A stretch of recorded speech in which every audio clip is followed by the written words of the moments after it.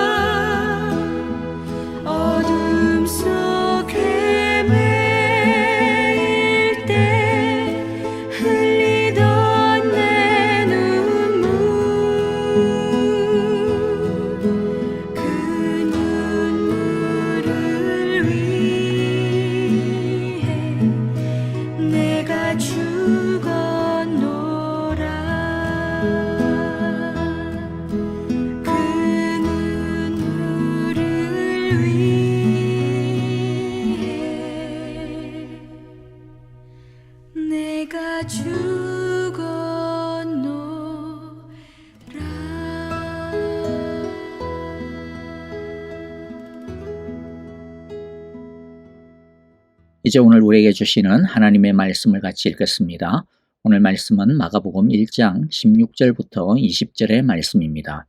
한 절씩 같이 읽습니다. 예수께서 갈릴리 바닷가를 지나가시다가 시몬과 그의 동생 안드레가 바다에서 그물을 던지고 있는 것을 보셨다. 그들은 어부였다. 예수께서 그들에게 말씀하셨다. 나를 따라오너라. 내가 너희를 사람을 낚는 어부가 되게 하겠다. 그들은 곧 그물을 버리고 예수를 따라갔다. 예수께서 조금 더 가시다가 세베대의 아들 야고보와 그의 동생 요한이 배에서 그물을 깁고 있는 것을 보시고 곧바로 그들을 부르셨다. 그들은 아버지 세베대를 일꾼들과 함께 배에 남겨두고 곧 예수를 따라갔다. 아멘. 자, 이제 예수님은 자신의 사역을 본격적으로 시작하시는데요. 오늘의 말씀은 바로 그 첫걸음입니다. 예수님의 사역의 첫째는 다른 것이 아니라 제자를 부르는 것입니다. 마가복음에 큰 두 주제가 있는데 하나는 우리가 이때까지 살펴본 하나님의 아들 예수 그리스도의 복음에 대한 것이고 다른 두 번째 주제는 제자의 길에 대한 것입니다. 그러니까 오늘 내용은 마가복음의 두 번째 주제에 대한 내용입니다. 예수님께서 전하시고 이루어 가시는 하나님 나라의 복음은 제자들과 떼어놓을 수 없습니다. 이제 오늘의 말씀을 통해 마가복음이 우리에게 가르쳐 주시는 제자의 길, 제자의 삶이 무엇인지에 대해 함께 알아가 보도록 하겠습니다. 첫째, 예수님의 제자는 오직 은혜로 부름받아 오직 은혜로만 삽니다. 16절 보면요. 예수께서 갈릴리 바닷가를 지나가시다가 시몬과 그의 동생 안드레가 바다에서 그물을 던지고 있는 것을 보셨다. 그들은 어부였다. 예수님의 제자가 되는 길은 우리들의 어떤 자격이나 어떤 노력이나 열심, 구도의 행위에 달려 있지 않습니다. 오직 은혜에 달려 있습니다. 예수님은 갈릴리 바닷가로 찾아오셔서 제자들을 부르셨습니다. 어떤 사람들을 부르셨습니까? 갈릴리의 어부들입니다. 그냥 촌놈들이고 거친 사람들입니다. 하나님의 나라의 복음을 짊어지기에는 좀 거리가 멀어 보이는 사람들입니다. 예수님은 유명하고 똑똑한 사람들이 아니라 가진 것도 별로 없고 심지어 좀 무식해 보이는 사람들을 부르셨습니다. 자격이 없어 보이지만 예수님은 그들을 찾아오셨고 그들을 부르셨습니다.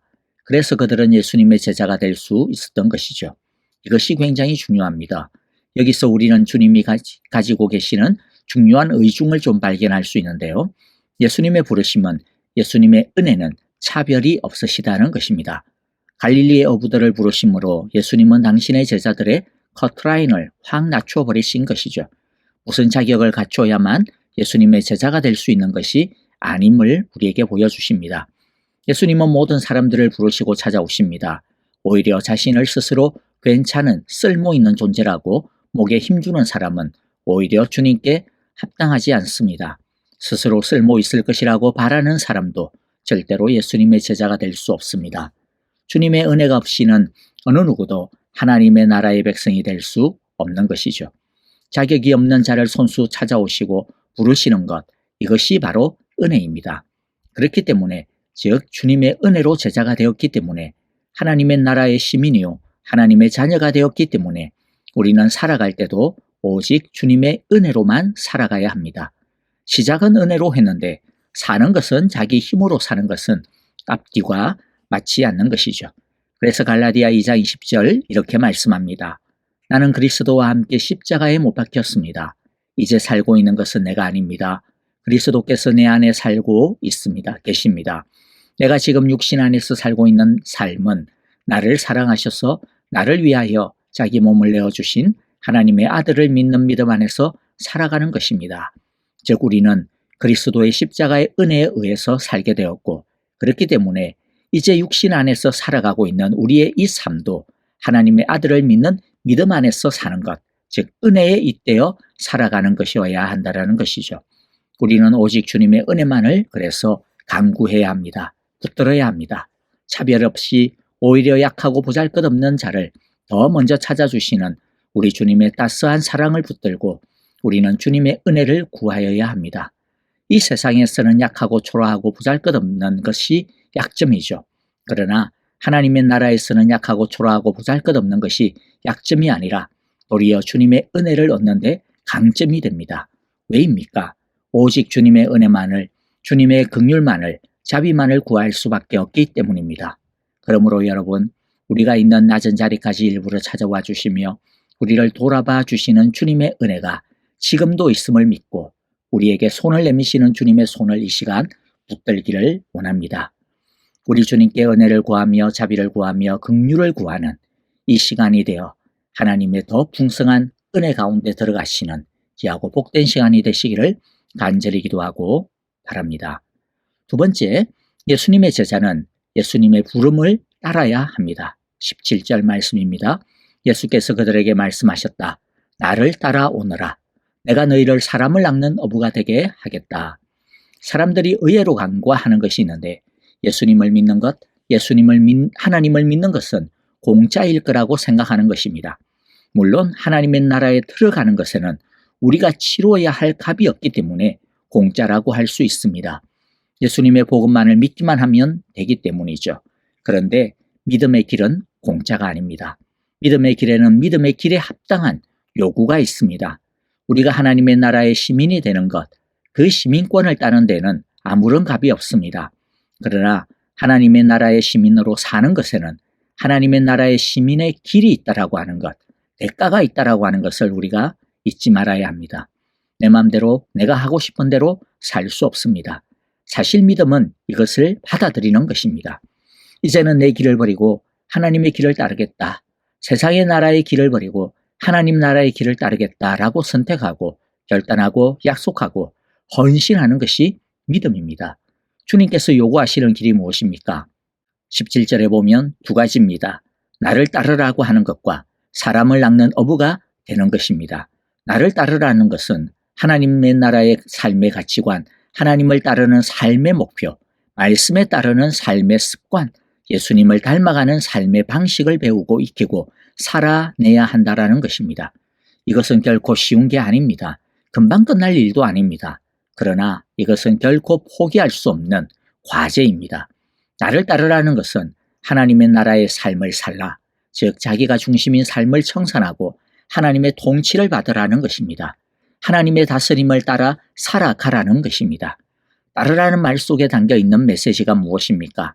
한번 따르는 것으로 끝이 아니라는 것이죠. 따르는 것은 진행형입니다. 계속형입니다. 예수님을 따르는 것, 하나님의 통치를 받는 삶은 한번 예수님 믿는 것으로 끝나는 것이 아니라 한번 잘하는 것으로 끝나는 것이 아니라 하나님의 나라가 완성되어질 때까지 하나님의 나라에 들어갈 때까지 편하든 힘들든 쉽든 불가능한 것이는 상관없이 계속 꾸준히 끝까지 우리가 따라야 하는 길이라고 하는 것이죠.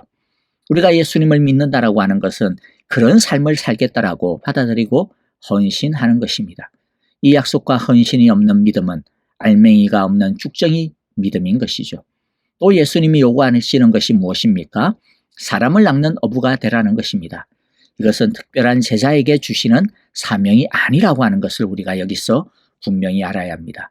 모든 제자에게 주시는 사명임을 우리는 잊지 말아야 합니다. 예수님의 제자는, 예수님의 교회는 이 사명을 잊어서는 안 됩니다. 자, 이제 이런 예수님이 우리에게 초청해 제자들이 어떻게 반응하고 있는지를 우리가 이제 살펴보도록 하겠습니다. 그것은 바로 우리가 어떻게 반응해야 되는지, 제자는 어떻게 살아야 되는지에 대한 말씀입니다. 18절입니다. 그들은 곧 그물을 버리고 예수를 따라갔다. 세 가지 단어에 주목해야 합니다. 하나는 곧입니다. 예수님을 따르면 즉각적이어야 한다라는 것이죠. 한번 고민하면 온갖 핑계가 찾아오는 것이, 몰려오는 것이 우리들의 인간성입니다. 또 예수님을 따르기 위해서는 버림이 필요하다라는 것이죠. 말씀을 따르고 순종하고 하나님을 의지하고 의존하는 데 있어서 반드시 버림이 필요합니다. 어부들에게 있어서 그물은 자신들의 생존의 전부입니다. 자신들의 경험의 전부입니다. 그러나 예수님을 따르는 것 때문에 그것까지 버려야 합니다. 나중에 보면 20절에 보면 무엇을 버립니까? 가족을 버립니다. 예수님을 따르는 것이 쉬울 것이라고 생각해서는 안 됩니다. 공짜로 구원을 얻었으니 하나님의 나라의 삶은 꽁으로 먹을 수 있을 것이라고 착각해서는 안 됩니다. 이 세상에서도 진짜 가치 있는 것을 얻기 위해서는 그만한 값과 희생을 치르지 않으면 안 됩니다. 예수님께서 오늘 우리에게 우리가 버려야 하는 그물이 무엇이라고 말씀하고 있을까요? 주님께 주여 나의 그물을 버립니다. 나를 도우소서라고 기도하는 시간, 그리고 실질적으로 주님께 내가 의지하고 있는 그 그물을, 내가 집착하고 있는 그 그물을 내던지는 그런 시간이 되어지기를 간절히 기도하고 바랍니다. 자, 이제 세 번째 예수님을 따른다라고 하는 것은 어떤 것일까요? 네, 공교롭게도 예수님을 따라가는 것입니다. 예수님을 그러면 따르려면 어떻게 해야 할까요? 예수님은 제자들을 부르시고서는 제자들과 함께 사셨습니다. 제자들과 함께 먹고 자고 또 예수님이 가시는 곳마다 제자들을 데리고 다녔습니다. 동고동락했습니다. 우리가 예수님을 따르려면 이것이 중요합니다. 예수님과 함께 365일 24시간 모든 1분 1초를 같이 살아야 합니다. 제자가 되려면 무엇을 하려고 하는 것보다 예수님과 친밀한 인격적인 관계를 맺는 것에 가장 많은 시간과 에너지를 쏟아야 한다는 것입니다. 요한복음 15장의 말씀처럼 포도나무 가지인 우리들은 포도나무 줄기가 되시는 예수님에게 붙어 있어야 합니다. 이것이 제자도 제자됨의 처음이자 마지막입니다. 제자의 능력은 예수님에게 얼마나 붙어 있느냐, 그래서 얼마나 예수님의 생명력이 끊어지지 아니하고 우리에게로 흘러 들어오고 있느냐에 달려 있습니다. 그 다음 예수님은 제자들에게 하나님 나라의 복음을 가르치시고 또 그 가르침대로 사는 것이 어떤 것인지 손수모범을 보여주셔서 따르게 했습니다. 우리가 예수님의 제자로 살아가려면 그래서 예수님의 말씀을 열심히 배우고 그 말씀대로 살아보려고 연습해야 하는 것입니다. 그래야 우리는 예수님을 닮아갈 수 있습니다. 여러분, 우리는 예수님의 제자입니다. 제자는 스승과 함께 살면서 스승을 보고 배워야 한다라고 하는 이 단순한 명료한 진리를 우리 모두가 꼭 기억하고 우리도 예수님 안에 매일매일 거하면서 예수님을 배우고 따를 수 있기를 간절히 기도하고 바랍니다. 자, 이제 마지막으로 예수님의 제자의 길, 제자도는 무엇일까요? 마지막 세 번째는 제자는 함께 하는 것입니다. 공동체입니다. 19절 20절에 보면 예수께서 조금 더 가시다가 세베대의 아들 야고보와 그의 동생 요한이 배에서 그물을 깃고 있는 것을 보시고 곧바로 그들을 부르셨다. 그들은 아버지 세베대를 일꾼들과 함께 배에 남겨두고 곧 예수를 따라갔다. 시몬과 베드로를 부르시고 난 다음 예수님은 야고보와 요한도 제자로 부르셨습니다. 그리고 그 후에도 더 많은 제자를 부르시고 그들을 가족이라 묶으시고 칭하였습니다. 아주 성숙한 제자 한 사람 한 사람을 세우는 것 굉장히 중요합니다. 그런데 그것만큼이나 중요한 것은 한 사람 한 사람의 제자들이 한 공동체를 이루어야 하는 것이죠. 사실 공동체를 이루는 것은 불편하기 짝이 없습니다. 그런데 그것을 다 아시는 주님은 우리들이 공동체를 세우기를 원하십니다. 다 아시는데, 어렵다라고 하는 것을 다 아시는데, 그런데 그럼에도 불구하고 절대로 피해서는 안 되는 것이 바로 공동체라는 것이죠. 하나님의 나라는 혼자서 이루어갈 수 없기 때문입니다. 어떻게 보면 우리들의 가장 큰 벽이 이 공동체가 아닌가 싶습니다. 혼자서는 예수님을 잘 믿을 수 있는데 같이 하라고 하면 힘들어지는, 우리들은 이 벽을 뛰어넘어야 합니다. 우리 힘으로 이 벽을 뛰어넘는 것은 너무 힘듭니다. 예수님은 자신의 사랑 안에서 서로 하나 되라고 하십니다. 쉬운 길은 아니지만 함께 서로 사랑하고 용납하고 용서하고 섬길 때 우리 안에 조금씩 하나님의 나라가 완성되어져 갈 것입니다. 이제 말씀을 마무리하겠습니다. 예수님은 하나님의 나라를 제자된 우리와 함께 세워가시고자 하십니다. 사실 예수님은 우리의 힘과 도움 같은 것은 하나도 필요가 없으시죠.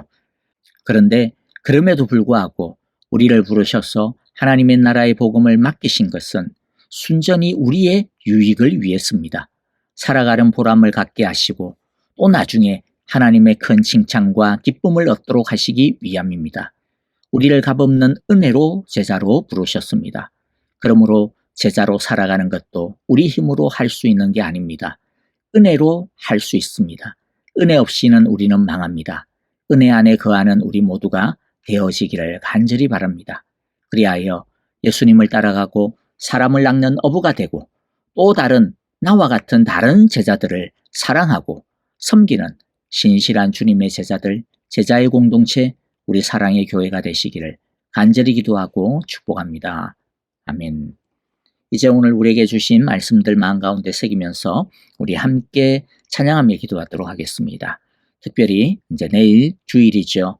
내일은 또 안수집사, 권사, 임직식이 있는 날이기도 합니다.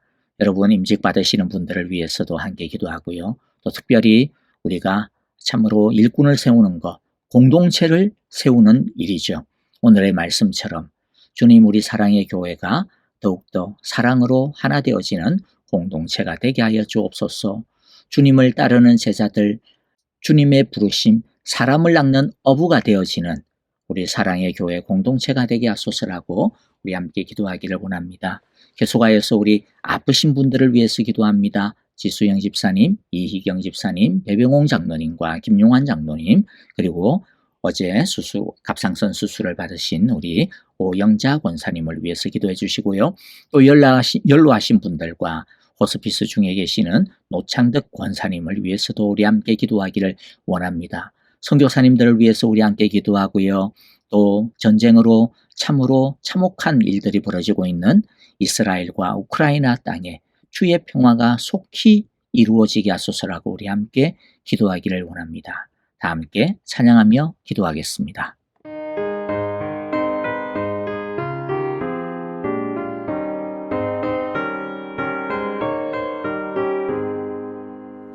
주는 나를 기르시는 목자요 나는 주님의 귀한 어린 양 푸른 풀만 맑으시는 물가로 나를 인도하여 주신다.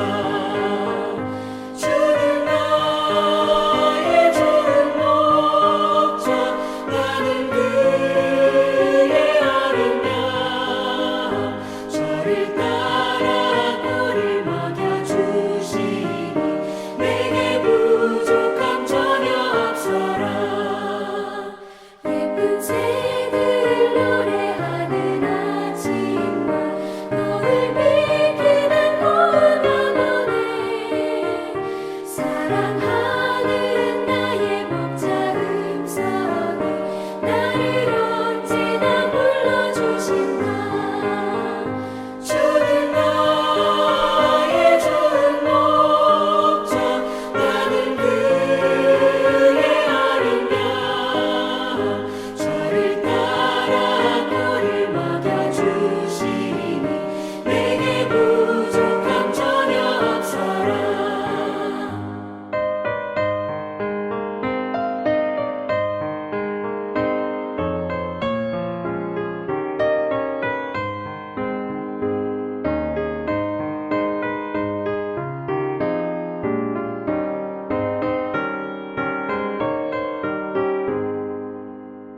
못된